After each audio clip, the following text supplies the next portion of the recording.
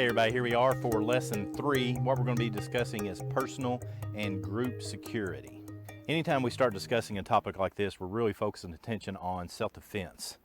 And the best way to win a fight is to not be in a fight in the first place. The two things that I like to focus attention on, and we'll definitely look at some physical skills for self-defense as well, but this is the key to avoiding fights, and that is, again, avoidance and awareness. Meaning, how do we avoid fights to begin with, and how do we increase our awareness so that we don't get surprised by somebody that's trying to bring harm to us? You may have noticed that as far as problems that could arise in a wilderness situation or an urban situation, then I'm a big fan of preventative care, whether it's first aid, self-protection, or survival. It doesn't really matter. What I want to do is try to avoid situations before they occur. Self-defense is absolutely no different. The two keys to making sure that you win a fight is to not be in a fight in the first place.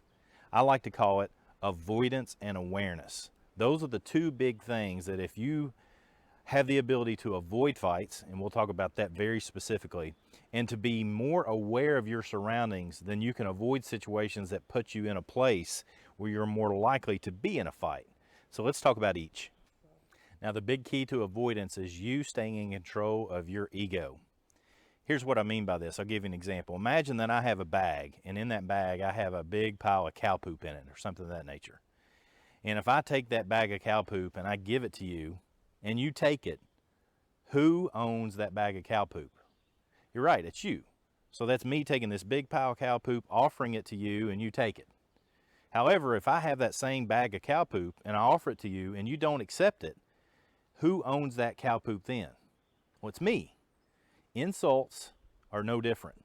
If somebody's going to offer you an insult, say something about you and how you dress, you and your intelligence level, you and your family, whatever it is, the car you drive, where you work, whatever it is, and you choose to accept it, then you've owned that cow poop. What I would like to do is when people offer insults such as that, you allow them to continue to own it. It's theirs. It doesn't mean anything to you. You don't respect their opinion in that particular instance.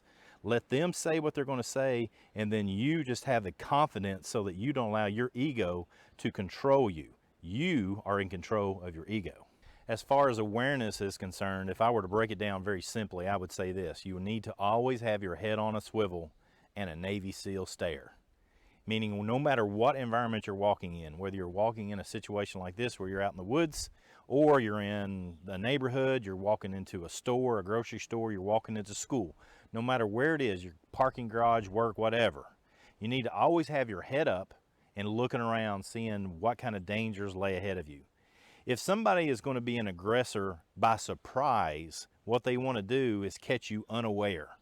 So the best way to combat that is to never be unaware. Always have your head up, walking around, walking down the grocery store aisle. When you get into your car, you're looking into your car, or have you looked under your car, even briefly, even to give the impression that you're looking. That gives the sense of anybody that's watching you that you are aware of your surroundings, so you could always be like that. Don't have your head down on your phone like this out in any particular environment. Yeah, there's a time for that. But even if you have to get on your phone, what I would do, put my back up against something where I know, particularly a wall or something like that. Don't have to do that here, but if I'm in an urban situation, put myself up against a wall so nobody can surprise me from behind. That way I can get my messages and get to a place where I can comfortably and safely be on my phone. These things right here are big problems for taking your attention away from being aware. So make sure you control your access to your phone. You don't have to answer the phone when the phone rings. You should answer the phone when you can safely answer the phone. Now, there's 3 stages when it comes to ever getting to the point where you have to get in physical confrontation. As you can tell, I'm a big fan of avoiding confrontation whenever you can. And this is applicable whether it's in a personal situation or even something like an active aggressor or active shooter situation. It's what a lot of people refer to as run, hide, fight. What I mean by that is that the best solution when somebody is being aggressive to you is to remove yourself from the equation. Leave, do whatever you can, run, get away. I've said for years, I've taught martial arts for nearly 30 years now, and I've said for years one of the best techniques in martial arts is being able to run away. Distance yourself, get away from the fight. If you can't do that, then hide. Get in a position where if somebody's being aggressive to you, you're behind cover or concealment. Cover is something, particularly in an active shooter situation, where if somebody is shooting in your direction, the bullets can't go through whatever it is that you're behind. Yeah, tarp is something that you could, conceal yourself with, but it's not going to provide any protection for you if somebody's trying to shoot through it or somebody's even trying to punch you through it. So that's just concealment. And again, when the only option you have is to fight, and you're going to fight, then you need to fight with three things: surprise, speed, and violence of action. So what I'm going to do here for you is I can't hit anybody, right? But I do have some pads that I've utilized teaching others in self-defense. I'm going to set up here so I can show you exactly what I mean by that, because surprise, speed, and violence of action are important. If you're going to have to fight, and again, do everything that you can to avoid fights whenever possible. Use your words, run away, walk away. Don't get in the middle of an argument. Don't go to places that are dangerous. These are the ways you avoid a fight. But when a fight comes to you and you cannot get away from it, surprise, speed, and violence of action. So let's go get these pads and I'll show you what I mean. Going to be my training partner for the day to demonstrate what I call the 5 weapons that everybody carries with you at all times. And again, remember, our goal is to avoid a fight, but if a fight is going to be in a situation where we cannot get away from it and we must defend ourselves, we're going to use those 5 weapons. That's our head. We'll talk about 2 ways that we can utilize our head. Our hands. We'll talk about 2 ways to use our hands. Elbows. 2 ways to use our elbows. Knees and feet. So these are our 5 weapons. Let's take a look at our head first. Now the first way we're going to use our head is to actually just use our mouth. And what I mean by that is we're going to utilize our mouth to scream. When I say scream, scream for help. I need help. Yell rape or something of that nature, so that you can bring attention to your position, because people that are aggressive don't like attention. So if you're bringing attention to a situation or wherever you are, then that is going to somewhat help stop an aggressor. The other way that we're going to use our head, if we're in a position where we can't defend with our hands, elbows, knees, and feet, is to bite. Your mouth is very strong, and it's a very useful defensive tool. And people say, that's gross, I can't bite somebody. Well, if somebody's on top of me and they're getting ready to kill me, I'm going to bite them if I have to. If that's what it takes to get somebody off of me, I'm going to bite them. Again, we're doing this in a situation where somebody is aggressing us, and we must defend ourselves. The next thing we're going to do is we're going to utilize our hands for our defense. And there's 2 ways that we can do this so that we don't hurt ourselves. If we make a fist and hit like that, that's one thing, hitting a pad.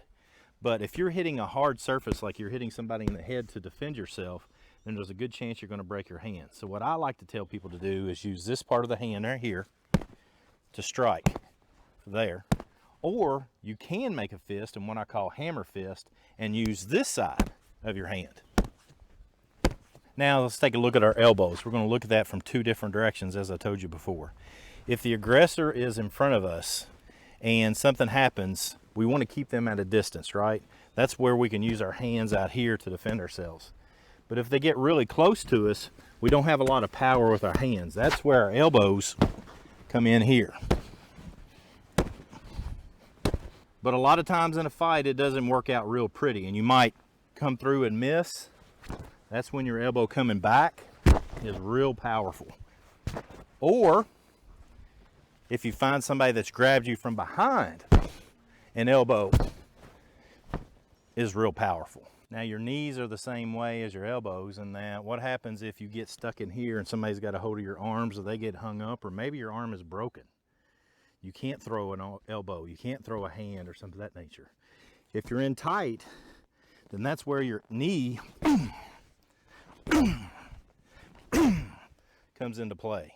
Now, as far as your feet is concerned, unless you have dedicated long-term instruction on how to utilize your feet to kick, you should never kick anywhere above the waist. You'll see a lot of martial artists do stuff where they kick in the head. Those are well-trained individuals. I don't recommend that at all. What I do recommend is kicking low, and kick with your shin, not your actual feet, the lower portion of your leg. And your target in this instance on the aggressor is the knee. But that brings us to a good point. What are the target areas if you're going to be aggressed that you go for? Do you just flail about? No, there's 5 specific areas I want you to go for, and I'll explain why. The way to win a physical confrontation, again, when somebody's being aggressive to you and you must defend yourself, is to do it in such a way that you attack vulnerable areas on their body. And let's talk about those. Face is the first one, and I don't care. Eyes, nose, wherever. In this part of the body, go for it. Because when you hit this, it makes people very naturally want to back up unless they have a lot of training. The next one is to strike people in the throat. I don't care how big or how strong somebody is, you start striking them in the throat, you'll get the same reaction. It's very subconscious for us to protect our throat. And so you start striking this area with your hand, people are going to want to back up. Groin, same way. Another very vulnerable part of the body, strike the groin and people want to back up, male or female, it doesn't matter. The knees are very susceptible to injury. So even if you're on the ground and you're kicking at somebody's knee, or if you're kicking from a standing position, go for the knee. And that way, what happens is if a person's knee is injured, they can't come after you and you can get away. And last but not least, the feet are a great place to attack if you're being aggressed, because again, if you stomp on somebody's feet and break one of the bones in their feet, it makes it difficult for them to run after you when you leave the situation. Now that we have all our tools, let's put it all together. Think about this. You have an aggressor. Let's pretend for a moment that you're the aggressor. I'm going to talk to you. Hey, stop, stop, stop whatever you're doing. Stay away, stay back, stay back. When I'm talking to you, I get my hands up because if you start to aggress me and swing at me, I've got my hands where I can protect my head. I'm probably going to get struck. And when I get struck, I need to be able to protect my head. That's vitally important.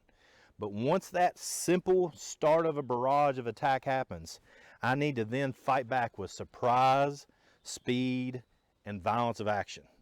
This is what I mean by surprise, speed, and violence of action. Hey, stop, get away from me, back up, stop, stop, stop, get out, stop, get away from me, stop, get away, stop, stop, get off, stop, get away, get away. Hey, I just want to make it abundantly clear. Do everything you can do to avoid a fight. There's typically never a good winner in a fight.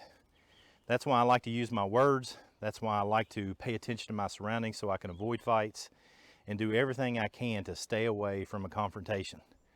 But if a confrontation is going to come to me and I cannot avoid it, then it's going to be surprise, speed, and violence of action.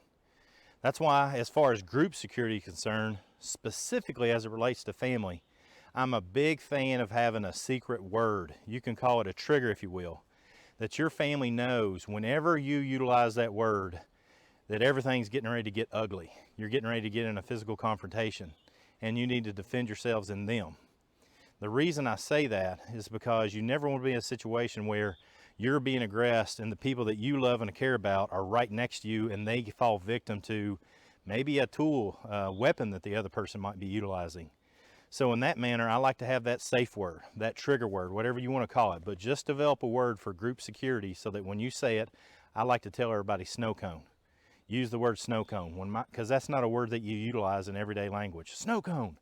Your family knows to scatter, or your family knows to get behind you, whatever it is that you direct them to do. I'm a big fan of them pulling away from you if you're going to be in a physical confrontation whenever you use that safe word. So with that said, that's been some ways for group as well as a whole lot of personal security to defend yourself. Avoidance and awareness is the key. Come on, join in. Let's learn together.